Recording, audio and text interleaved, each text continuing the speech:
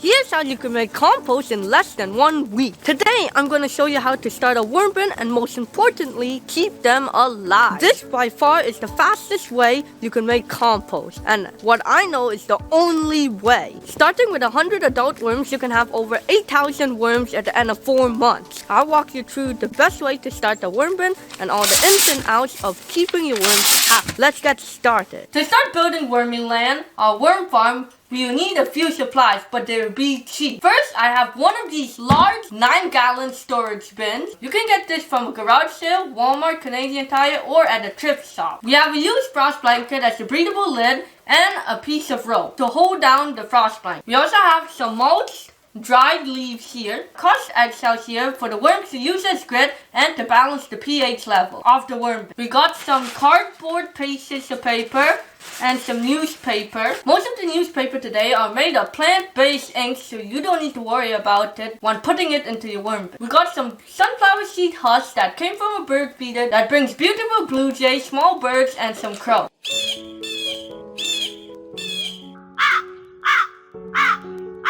There was a squirrel who liked to steal the bird sunflower seeds, and there was a pole next to the bird feeder. So we came up with a way to help him get more exercise and to deter him. Take a look.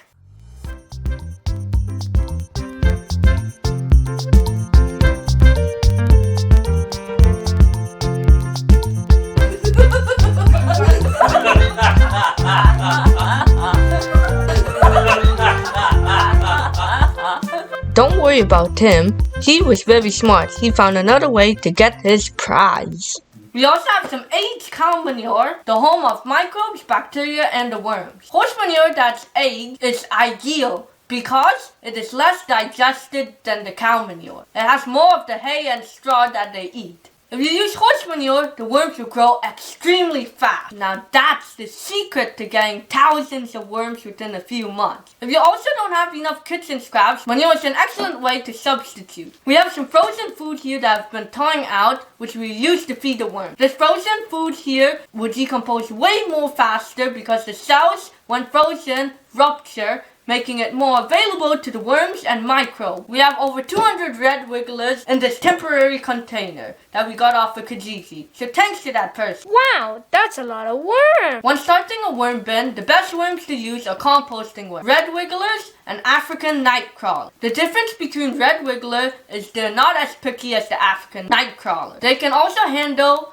a larger range of temperatures, which is perfect if you live in a cold climate. The African nightcrawlers, on the other hand, are tropical worms. Do not use earthworms because they are not meant to compost kitchen waste fast. They actually eat the poop of the composting worm. I'm using a pallet here since it's free to put this bin on top on. We want to have a bin where the temperature is between 20 and 25 degrees Celsius. So you can find a warm spot anywhere in your house that's in between this optimal temperature. To start, we want to put some shredded newspaper or cardboard. To shred the newspaper, you can grab the edge of this paper and tear it. And we're just going to put it in. This newspaper will suck up the extra worm juice and provide air pockets for the worm. If you have a paper shredder, this will make the work way easier.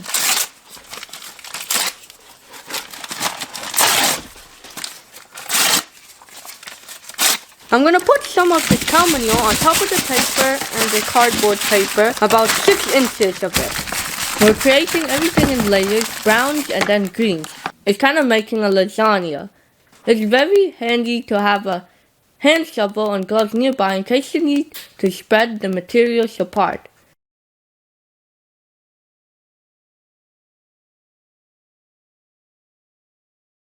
Next, we're going to add some mulch leaves, about 2 inches. How we mulch our leaves is using a lawnmower. It's extremely easy to do. A leaf blower, which I believe some has a mulcher attachment, can also do that too. We're going to make a small trench and add a bit of green material, some frozen and unfrozen kitchen waste. What I'm feeding here are apples, avocados, some cabbage greens, and banana skins, along with some other stuff. Softer foods like pears, berries, or other fruits, worms will eat it up quicker.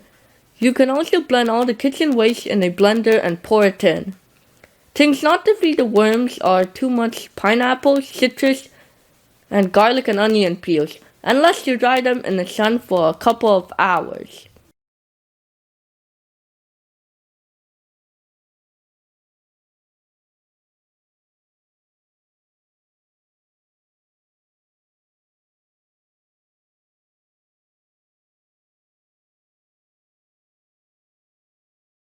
I'm going to also add the sunflower seed husk and our crushed up eggshells that have been sifted and wheat bran. I'm going to add a little bit of leaves so it doesn't start to smell and give it a nice little water to moisten everything up. I used a container, but you could also use a watering can to moisten the layers.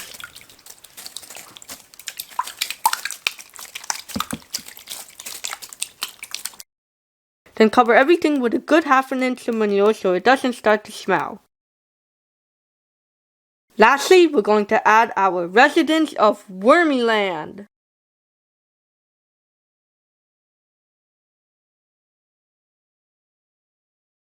Wow, look at all those worms. That's a whole bunch of them. So for around 200 worms, that's approximately almost 1/4 pound of worms. So we feed the worms 1/8 pound worth of food per day, and that equates to 1.5 to 1 3/4 pounds of food per week. For those of you who live in hot climates, you can use an ice pack in a plastic bag and put it in the center of the worm bin to help cool it down during the high temperatures.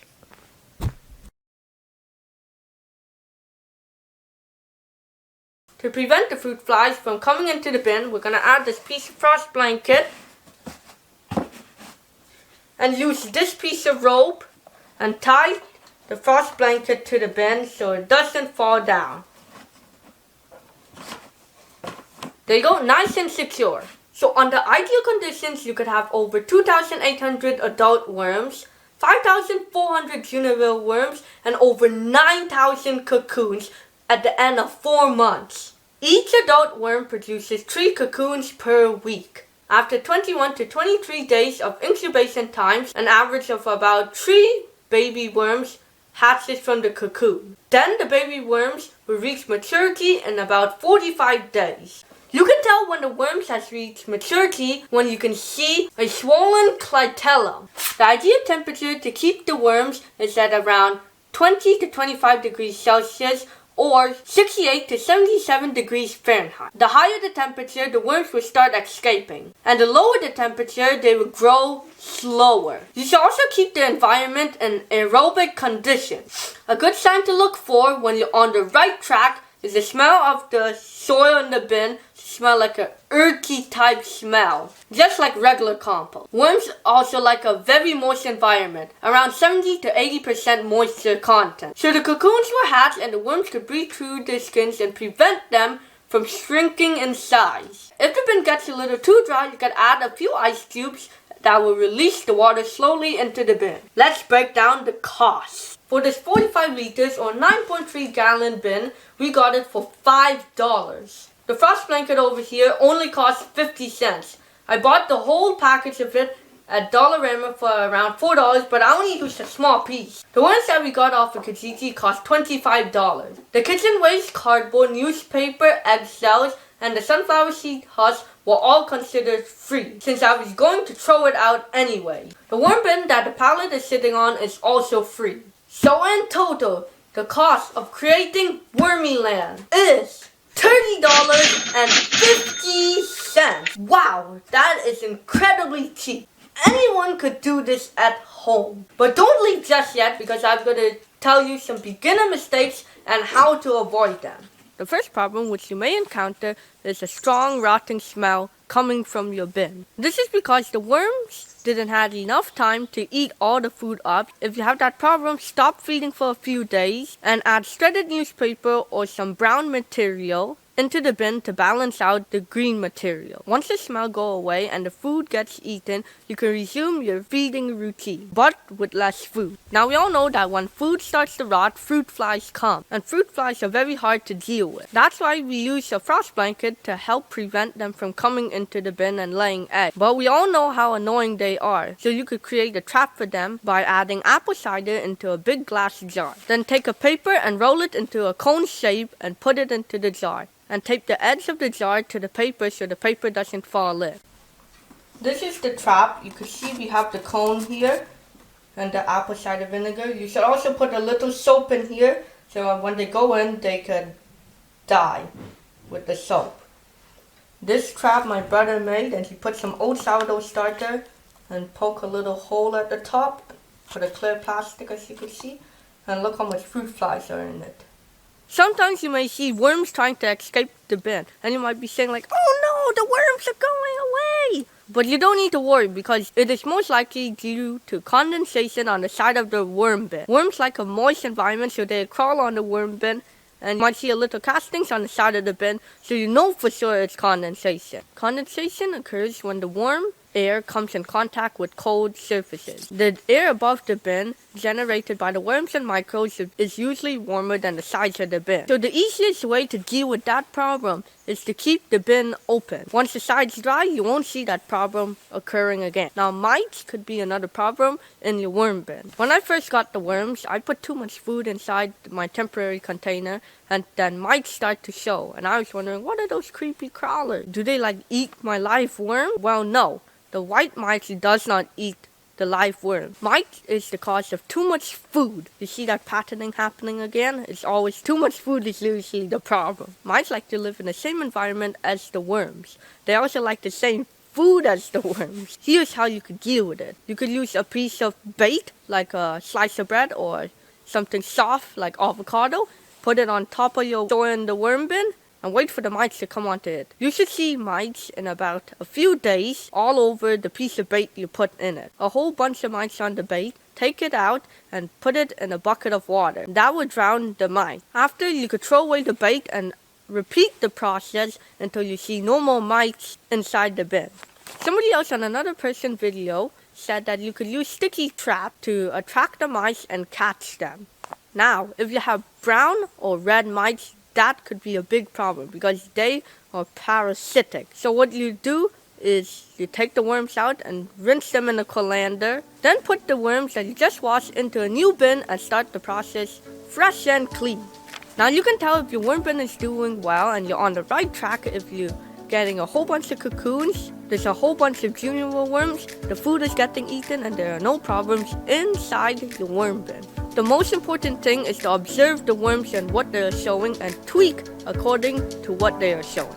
I have a whole playlist on how to keep worms, which I'll update every time I post a new video, and so you can check this playlist right over here and fill your brain with more worm knowledge.